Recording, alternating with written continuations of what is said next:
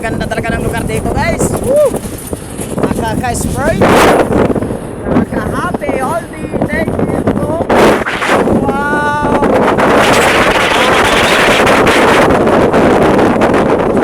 Sa gitna ng beds. The Philippines!